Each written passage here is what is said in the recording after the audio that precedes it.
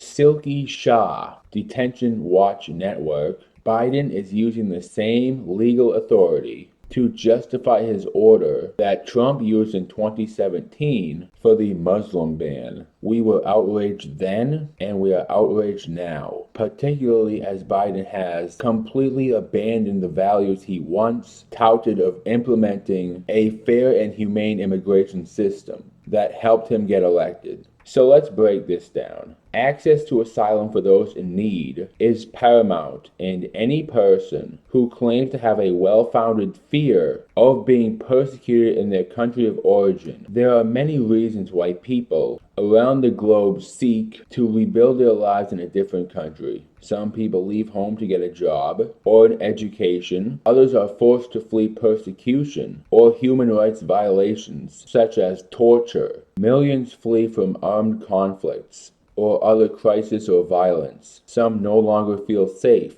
and might have been targeted just because of who they are or what they do or believe. For example, for their ethnicity, religion, sexuality, or political opinions. Now let me ask the questions. Do third world countries not have economies? Do they not have jobs? Do they not have some kind of education system? Others are forced to flee persecution or human rights violations, such as torture. These people are tortured because of who they are, or what they do or believe in, ethnicity, religion, sexuality, or political opinions. Instead of fleeing your own country and coming here demanding that we allow everyone from third world countries who fears being persecuted or tortured, demanding that we do this under the guise of compassion for helping out a persecuted class, why don't you demand more human rights in your own country?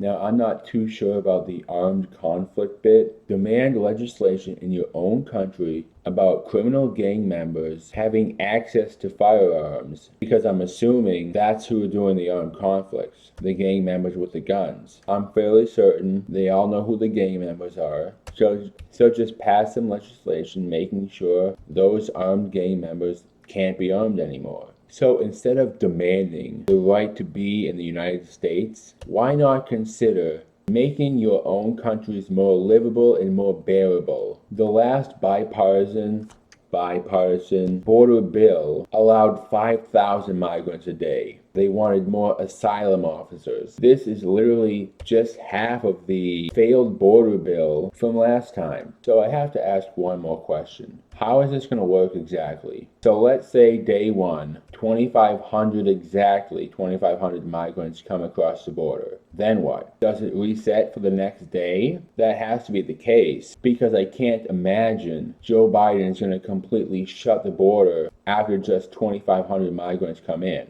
I'm 100% sure it's a reset process. 2,500 a day. Day one, 2,500 come in. The rest just wait at the southern border until day two, and then 2,500 more come in. And then rinse and repeat. This executive action plays into the false narratives about invasions at the border. 2,500 foreigners, all military-aged men, coming across the border every day. 2,500 foreigners a day, and they're all military-aged men. That is definitely an invasion. An incursion by a large number of people or things into a place or sphere of activity. And we can agree that 2,500 is indeed a large number. This has got to be the perfect way to end this article. Led by Thomas Russo of Grapevine, Texas. Patriot Front has generated national headlines by launching flash rallies where its members show up unannounced in cities across the country. Doesn't that sound familiar? Migrants who were encouraged by then presidential candidate Joe Biden, they were encouraged by him to search the border, which they did, and then they were flown to cities all across the country unannounced.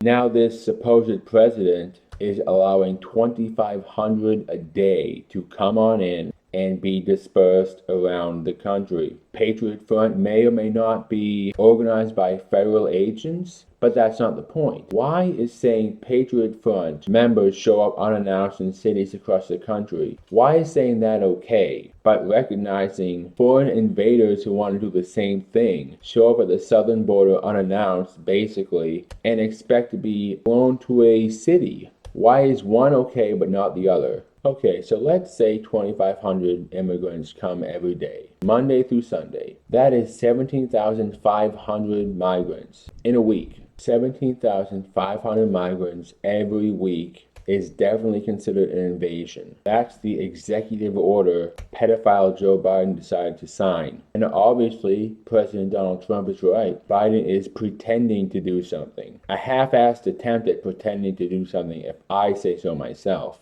No person who is serious about wanting to see our borders secure or see our country secure, no serious person like that is going to believe that Joe Biden is serious about immigration. 2,500 a day is too many. We want 0 a day. And about the debate that's coming up between President Trump and Joe Biden, it doesn't matter how stacked in favor for Joe Biden the debate is. No live audience, 1-minute answers. I mean, there might not be a live audience, but there's always going to be an audience. The audience at home, because this thing's going to be televised. And every time Donald Trump does a rally, without fail, he mentions the disaster at the southern border. And when President Trump has a full, uninterrupted minute in that debate, he's obviously going to bring up this. Fix the third world. Fix the third world and stop bringing their problems over here. I mean, we dole out so much money in foreign aid. I'm pretty sure these countries can just divvy it up amongst themselves and fix their own problems.